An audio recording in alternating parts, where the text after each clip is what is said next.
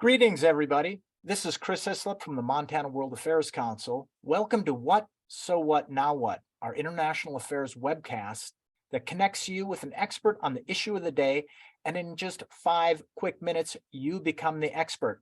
I'd like to thank our very generous sponsors at the Dennis and Phyllis Washington Foundation, Allegiance, and Stockman Bank, who help us bring this and so many more programs to you. Now let me welcome our guest. Mark Kutz is the former UN Deputy Humanitarian Coordinator for Syria based in Gaziantep, Turkey, until this last fall.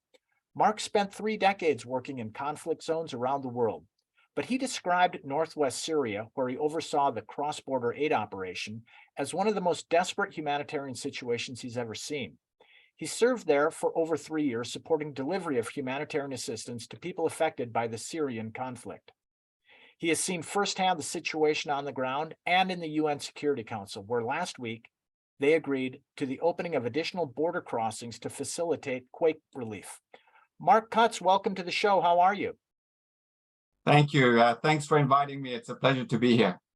Mark, thank you also for coming on. We'd like to get your views, first of all, on the situation on the cross-border aid operation into Syria, where you worked for many years.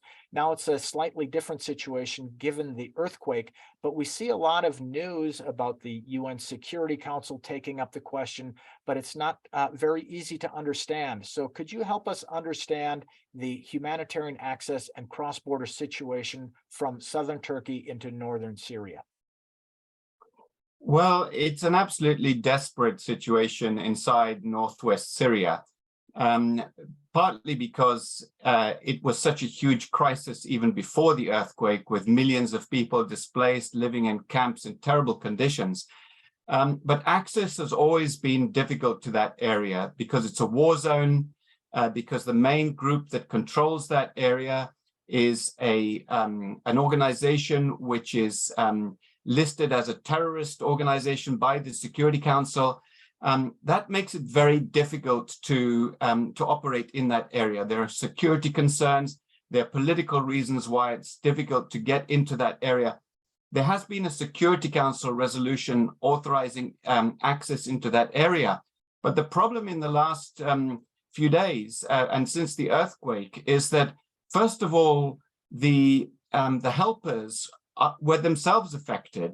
The main base for this operation was Gaziantep and Hatay, and these 2 areas are really, some of the most affected areas in Turkey. So the helpers themselves, many of them lost family members. I have a friend who lost all 5 of his children, and his wife was missing until she was pulled out of the rubble. Many people were killed, including UN staff. Many of the humanitarian organizations had staff that were killed. And then, of course, there are competing emergencies around the world, in Afghanistan, in Myanmar, in Ukraine, in so many other countries. And it's just really difficult to mobilize the kind of response that is needed in that area. Mark, you paint a very dire picture there. We're seeing in the news the tens of thousands, now the death toll somewhere near 43,000 for both Syria and Turkey. And so, while we understand the importance of an aid operation, I think back to this question of the difficulty of crossing into that border to provide that aid. That's a question that is around humanitarian affairs all around the world. Can you tell us a little bit more about why this issue of access to people in need matters to us? I mean, why should we care that seemingly halfway around the world there's some difficulty in crossing a border? Well, it's very worrying when politics gets in the way of helping some of the most vulnerable people in the world. There are many war zones around the world, but humanitarians pride themselves on being people that manage to work in all situations, in war zones, in natural disasters, and in areas controlled by the Taliban, in Afghanistan, by other terrorist organizations around the world. Humanitarians used to work in ISIS-controlled areas. They work in Al-Shabaab areas and Boko Haram areas. So if they're not able to get into northwest Syria, then we've got a real problem.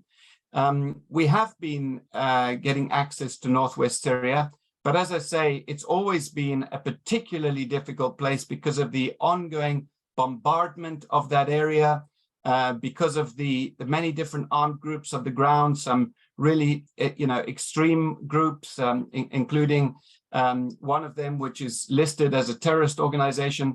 There's a lot of criminality. The roads are difficult. It's just a very, very difficult area to operate in. It sounds like it. So, Mark, we ask all of our guests, maybe unfairly, to look into your crystal ball and see what might be ahead on this issue, both in terms of the quake relief in northern Syria and humanitarian access. And I just want to add a point here for your reaction, which is there has been a few articles recently likening the situation in northern Syria to that of Aceh in Indonesia in 2014 following the tsunami, and that very tragic and horrific natural disaster created the space for a peace deal. Do you see any opportunities there? Well, absolutely. I mean, there are always opportunities in any crisis. So, I mean, we should not be naive about the complexity of the Syria crisis. There are so many different countries that are involved there now.